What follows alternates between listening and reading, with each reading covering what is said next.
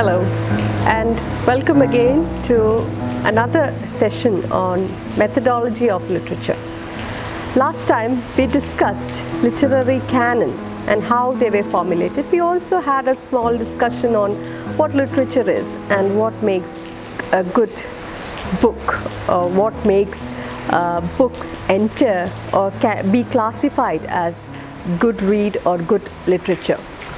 Now, literary canon, to define literary canon is not easy because it is not a written law or written decree. It exists, it is a situation, and it is an unwritten situation. Now, when was it, to be precise, to dig into the roots of literary canon?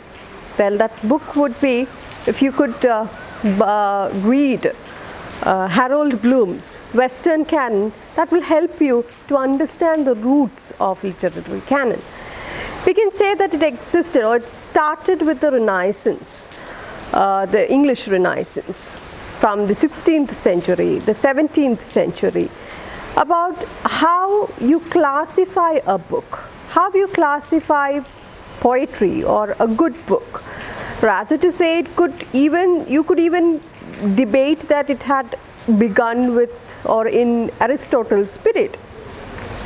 Now, Aristotle had very clearly defined what tragedy should be, and so did the rest of the writers of Greek literature or the classics.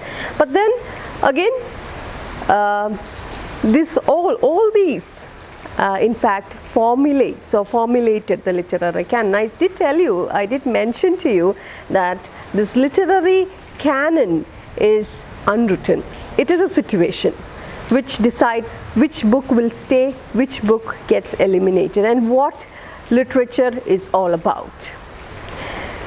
Today we will discuss the features of literature in relation to liberal humanist school. We shall see how literature or literary canon was formulated during that period, or during that time.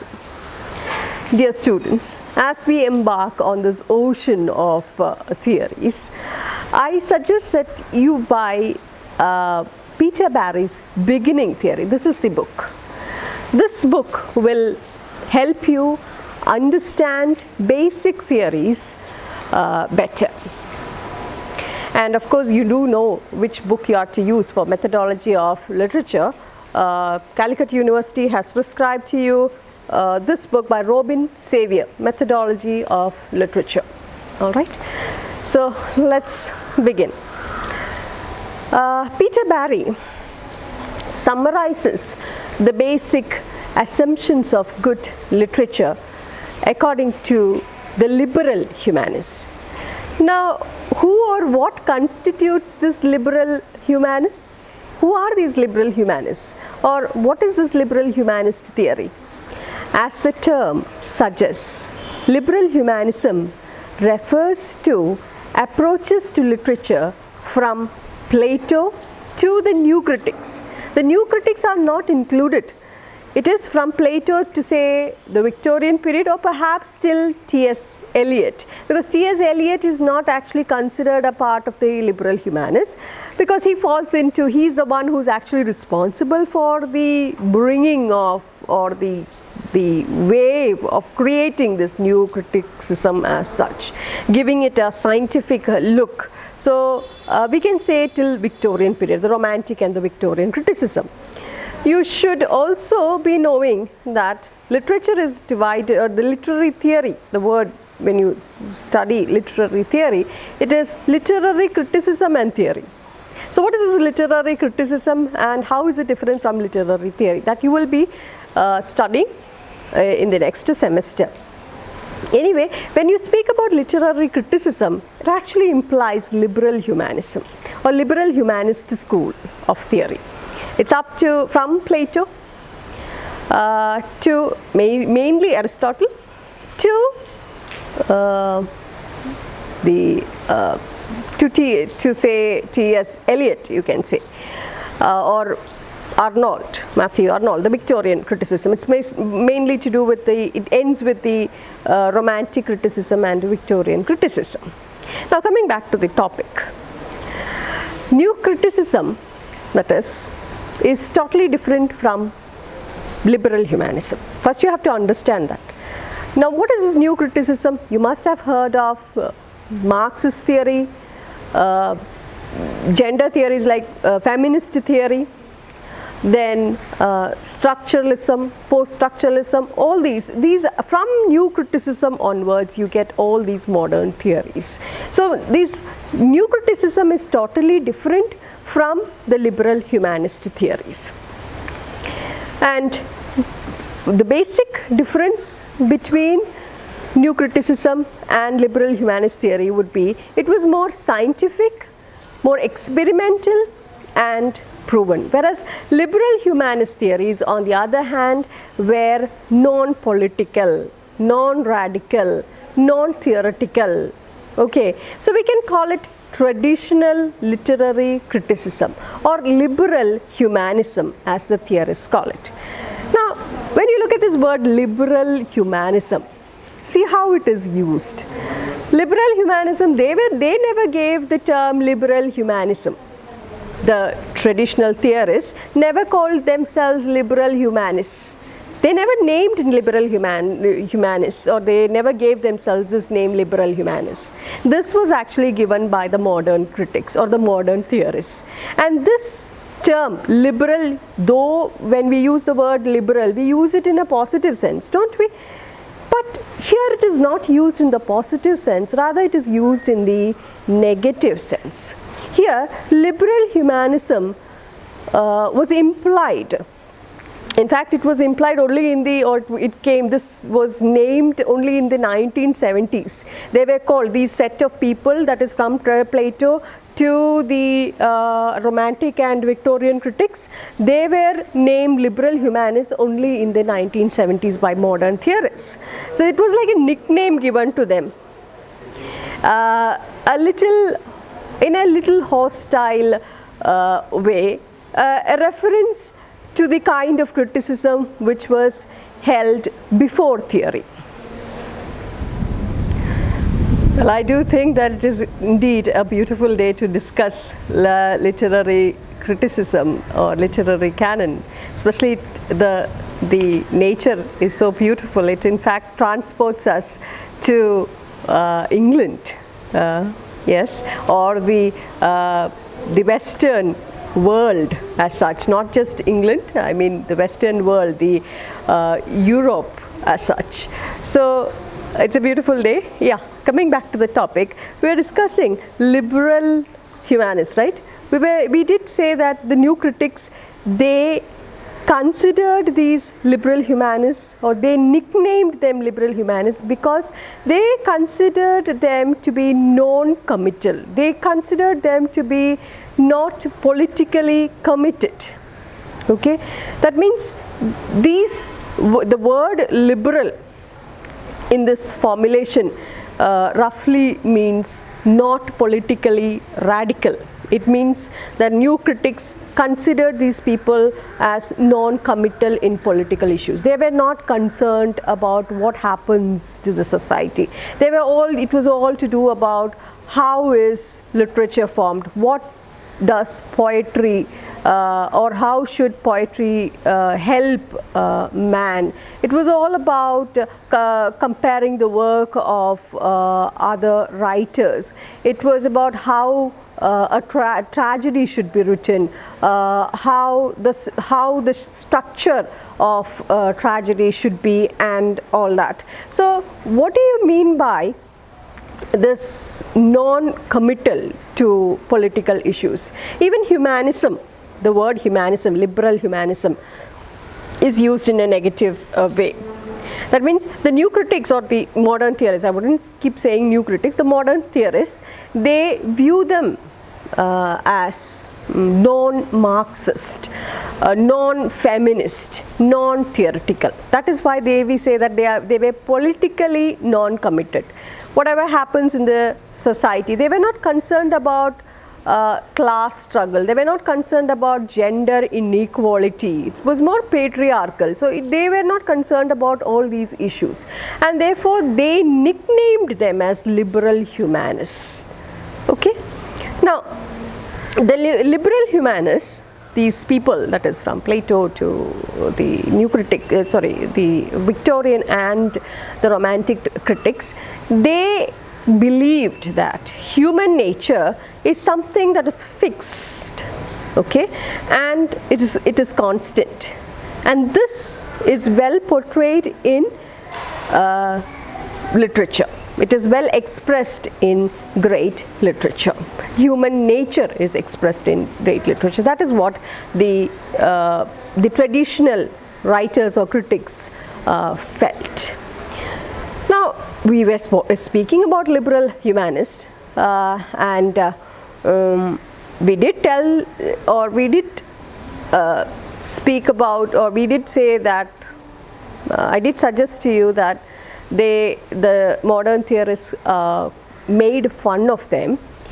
Now let us just look at the literary canon formation.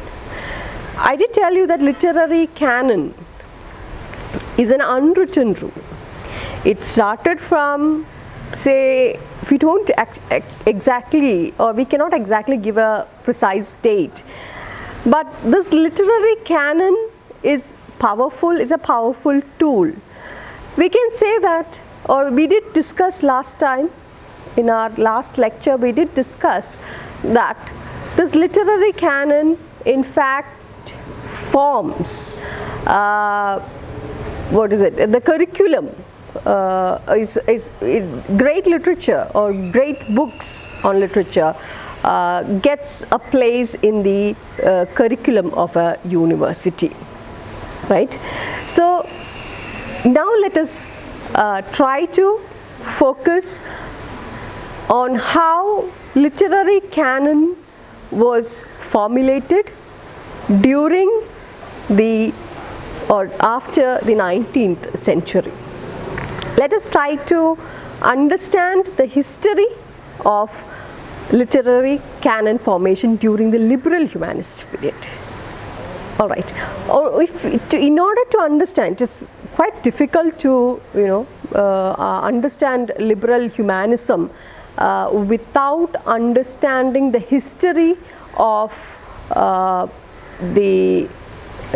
English language that developed into an academic subject, and also only after understanding how English became an academic subject taught in universities and schools, only after that can we come to the formation of literary canon of the present age. All right. So can you guess when English was taught as a degree subject in England? Just take a quick guess.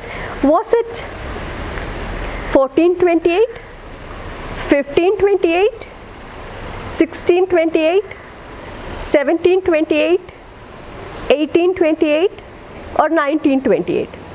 Try to take a quick guess. Well, it was 1828. Till then, English was not a part of the curriculum as such. English was not a subject taught in the universities. It was the first English professor was appointed in 1829. However, it was not really English as we know it today. Today, when we study English, either in schools or colleges, we study novels, we study poems. It is different. More importance is given to literature. But during those times, or during that period, English language, it was mainly the study of English language, its linguistic features, not English literature. They have used examples, perhaps they may have, of course they did use examples of Shakespeare or Milton or Bacon, but that was used only for linguistic purpose, or it was used to teach linguistic features and not literature. Okay, so English literature was first. Can you try to take a guess of which university or which college taught English first? It was not Oxford, not Cambridge. It was the King's College in London in 1831. In 1840, a professor named F.T. Morris was appointed at King's College, London, and it was he who introduced the study of prescribed books or set books, and his lecture laid down some of the principles of liberal humanism. So, according to Morris, the study of English literature would serve, quote, to emancipate us from the notions and habits which are peculiar to our own age, connecting us instead with what is fixed and enduring, unquote. Now, Morris regarded literature as the peculiar property of the middle class and an expression of their values. For Morris, middle class represents the essence of Englishness. So middle class education should be peculiarly or particularly in English and should center on English literature. The aristocracy, according to him, are a part of the international elite. They don't actually need English language as such. The poor, on the other hand, they first have to keep themselves alive and save themselves from penury or poverty. So he focused mainly on the middle class, and English education was peculiar or was a particular feature or factor of the middle class. We did discuss that in our last session about the 18th century, when I tried to tell you that it was all about trying to unite the middle class with the aristocracy by teaching them manners, by teaching them either table manners or how to conduct, their manners of conduct, their manners of behavior, and so on, social manners. So books were written in order to bring them in par with the aristocracy, or to unite them with the aristocracy. And the middle class was growing, they became very powerful. So thus, with the educated middle class, they would feel that they belonged to England. The nationalist pride would swell in their minds. In short, learning English gave people a stake, in maintaining their political status without any distribution of wealth, redistribution of wealth. So it was all about nationalism. It was about to make the middle class, because they were in plenty. They formulated half of England, and it was necessary to create pride of being an Englishman, or it was necessary to create in them, instill in them the nationalist pride, or they tried to bring in nationalism, and this English education was considered a tool for that. But strangely, we did remember, I hope you remember, last time we did speak about Oxford and Cambridge. They became a powerful tool in deciding the literary canon. When? They became, or they were the latecomers, in fact. In the beginning, both Oxford and Cambridge, which we speak very high of, these universities, they were suspicious of the new subject of English, and they held out of it. in Oxford, when they tried to bring English as a discipline, a professor of history, Edward Freeman, he came up with an opposition, and he said, to quote, "We are told that the study of literature cultivates the taste, educates the sympathies, and enlarges the mind. These are excellent things. Only we cannot examine taste and sympathies. Examiners must have technical and positive information to examine," unquote. So this opposition was in fact won the day. So this opposition won the day, and he said literature, or he spoke mockingly at literature, that literature is something that is not, or it is something that is not very useful. Okay, and besides, it is all about imagination. It was without a fact, how can we examine things?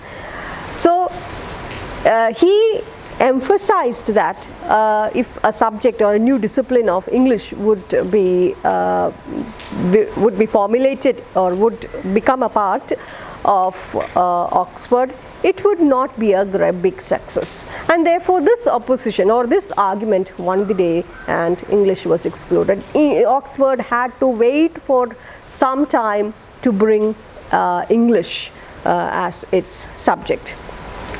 So this is a problem which has never exactly been solved in English. Even today, sometimes English is considered as a stepmother language, or is seen with a stepmother attitude. Like when you have English in the science, when the science students study English, or the commerce students study English, they view English as a, with that stepmother attitude. But they don't realize the importance of the language. So what exactly is its knowledge component? It was all about technical sides, specific informations, facts and informations which literature as such failed to provide. And even if English was included later, Oxford, they did include English as a part of their curriculum. Oxford University, they did include it as a part of their curriculum, but the main focus was on the language part, language study, and not literature. So literature was considered secondary even then. It had to be studied along with language, or else it would not be an academic subject at all. So finally, after meeting all the odds, when the English course was finally established or set up at Oxford in 1894, it contained very heavy element of historical study of language. It was all about studying the Anglo-Saxons, the Gothic, the middle class English, the Middle English, not middle class, Middle English, modern English. It's all the linguistic factors, the language, the history or the evolution of language, the history of English language as such. It was nothing about literature. And even today, strange it is, that it has still not managed to free itself entirely. Now, when you look at Cambridge, when you come to Cambridge English started only in 1911, and it was by some experts, who taught at Cambridge itself. And these experts, you will later come to know of them, were the great ones who actually brought in new criticism. I.A. Richards, his disciple William Empson, F.R. Leavitt, and so on. Of course, it was Jean Rohn. So I believe you understood that the universities had a pivotal role in laying down the principles of literary canon, which we studied in the previous class or the previous session. It is these critics and their theories that were or became the liberal humanist school, and it constitutes or constituted the traditional English of literary criticism. So based on Peter Barry's analysis, I would definitely recommend you to buy this book, Peter Barry, because it is essential for your course. So according to Peter Barry, good literature is of timeless significance, and he quotes Dr. Samuel Johnson's words or observations of Shakespeare. Quote, "Nothing can please many and please long, but just representations of general nature." Unquote. So the statement implies two things. One, that good literature is immortal. It gives the right representation of human nature. However, this immortalization was not something that happened naturally, but one that evolved or involved a selection based on certain principles. Shakespeare, Milton, Fielding got their way and made a permanent place in the literary or canon or literature, and were declared classical authors. Thus we see how literary canon or canon formation took place during this period. It is also true that there exists a universal as well as permanent idea of good and bad. So we did discuss about good and bad literature. So it is a universal fact, right? We have everything, we judge everything based on good and bad. So thus an English classic is a classic forever and throughout the ages or throughout the globe. It is a classic becomes a good read. One that doesn't fit into the classic gets eliminated. So what this means is that the Western values, again, I did mention Harold Bloom's Western canon. So when we speak about literary criticism, it's basically to do with Western canon. So what this means is that the Western values were Eurocentric, it was all about Europe. It was patriarchal, and the upper class were also accepted as one norm of forming the literary canon. The post-colonial writers we discussed last time, post-colonial writers, the feminist writers, the women writers were all excluded from this group. So it is only recently, even now, several books have not gotten into the literary canon. That's because of several factors, okay, mostly political. So the literary canon, as I told you earlier, it keeps changing. It is time dependent and culture dependent. So it is only recently that these books found a place in the literary canon. Now what then, we were speaking about the liberal humanists. So if we move on to the next topic, you will not have an idea of who this liberal humanist is and what their theories were. So we'll just have a quick or a brief understanding of the liberal humanist and their theories in English literature. So what then constituted the body of theory about literature that has existed for many centuries, that were considered important as a study of literature? Well, the material goes back or dates back to Greek and Latin origin. The earliest work of theory was Aristotle's Poetics, 4th century BC, which in spite of its title is all about the nature of literature. Aristotle offers famous definitions of tragedy, insists that literature is about character, and character is revealed through the action, and he tries to identify the required stages in the progress of a plot. So he tells us how a tragedy should be written, what are the criteria a tragic hero should have, how should a plot progress, the time of action, the place of action, everything. So he gives a detailed account of how literature should be written or tragedy should be written. What constitutes comedy, what is literature, what is poetry, all that is very clearly, meaning art or literature is clearly written by Aristotle. Aristotle can be considered as the first critic to develop this reader-centered, that now we have the modern writers with the reader-centered or reader response theory. You have text or the readers given prime importance.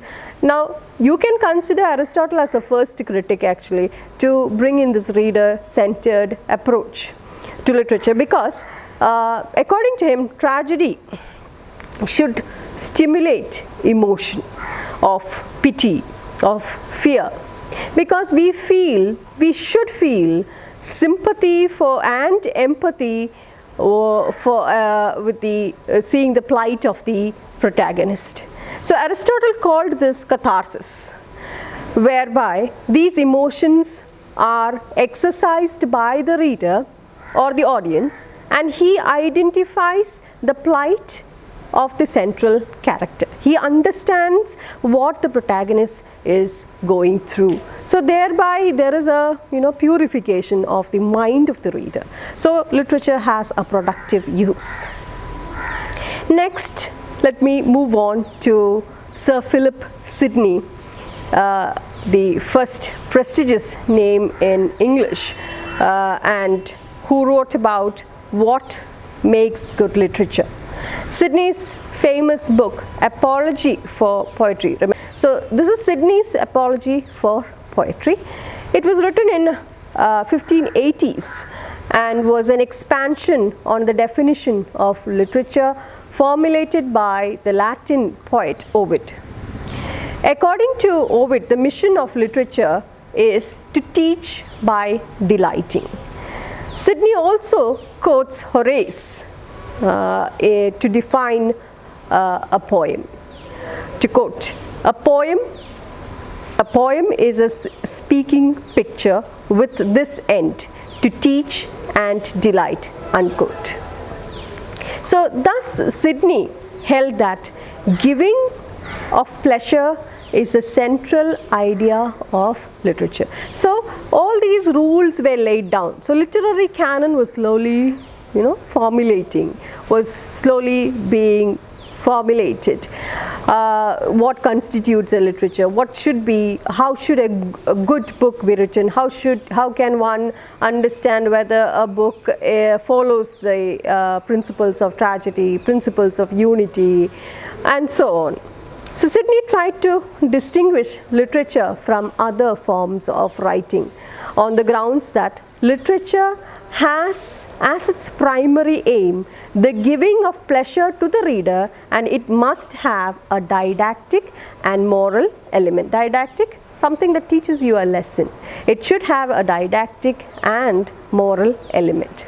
So literary criticism or theory after Sidney was advanced by Dr. Samuel Johnson, the one who made the first English dictionary in the 18th century. So Johnson, in his famous work Lives of the Poets and Preface to Shakespeare, these two works can be seen as a major step in this field of formulating the literary canon. He in fact is the first person to offer detailed comments about or on the work of a single author. All right. After Johnson comes a major budding of critical theory in the works of the Romantic poets. Wordsworth's lyrical preface to the lyrical ballads, Coleridge's Biographia Literaria, Keats' letters, his theories, Shelley's apology for poetry, and so on. So Wordsworth's lyrical ballads, preface to the lyrical ballads, had a profound impact. It provided a logical explanation of Wordsworth's poems. The writer himself, in his preface, gives a logical explanation as to how or why he has written a different style, or he has given a different style in his poems, which were not seen in the earlier works of the neoclassical writers. How he brought in a profound shift from neoclassical poetry to writing a poetry which used the language of the common man. It was all about poetry as a spontaneous overflow of powerful emotion, whereby he gives, or he himself explains the theory to his audience. It brings out the relationship between poetic language and ordinary language. It was a return to nature, which was not there in the neoclassical writings. Now, Coleridge and his Biographia Literaria speaks mostly about the aesthetic effect.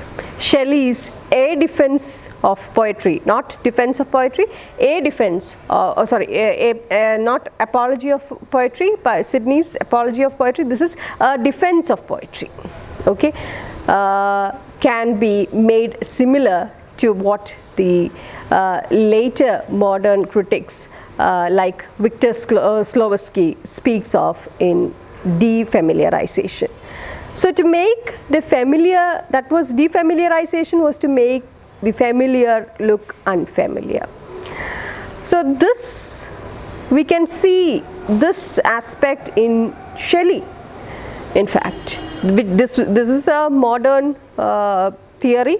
Defamiliarization is actually a modern theory of the Russian formalists, but we can see this in Shelley in his defense of poetry. Now, moving on further, the function of criticism at the present time, or the study of poetry was were works written by Matthew Arnold, and we have T.S. Eliot with his Tradition and Individual Talents, which was a seminal essay which eventually led to the development of the new theories which were scientifically tested. Thus, we shall wind up for today. We have studied how the liberal humanists saw literature and its functions. So get ready for the discussion session. I shall be asking few questions, and so be ready. So again, stay home, stay safe, and happy learning. Thank you. Okay, so let's have a quick recap. Let me ask you a few questions, and we shall also do a quick recap of what we studied today. What is liberal humanism? So, as the term suggests, liberal humanism refers to the approaches to literature from Plato to the Romantic and Victorian criticism. Now, who named them liberal humanists? Well, we do not have a precise answer. It was definitely named during the 1970s. It was a nickname given to them by the modern theorists, because the modern theorists found the liberal humanists as non-committed to political issues. Therefore, they considered them, or the term liberal humanism was used in a negative way. Now, liberal humanism, the word liberal itself was formulated, which meant not politically radical, according to the modern theorists. They were non-committal to political issues. Humanism also was implied in the same manner. It was a negative term, according to them, they viewed them as non-Marxist, non-feminist, non-theoretical. Okay, now what was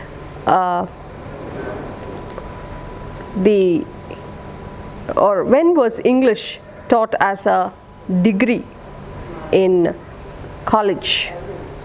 When did it become a subject taught in colleges?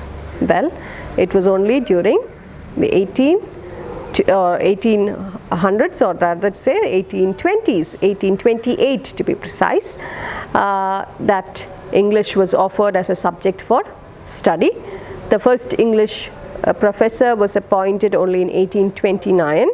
However, English was not studied, or English as we know it, it was not studied in that manner. It was mainly the study of English language, its linguistic features. Literature, the great works of writers were definitely used, but again it was not to be studied, but it was used for linguistic purpose, or it was to understand. They used the works or the dialogues of great authors only to study its linguistic features. Okay, and next is which college first taught English, or in which college was English first taught? It was not Oxford or Cambridge, it was King's College in London, okay, in 1831. Okay, and who was F.T. Morris? F.T. Morris was a prominent professor of English who was appointed in King's College, London. It was he who introduced the study of set books, or the prescribed books, and his lecture laid down the basic principles of the liberal humanism. Now,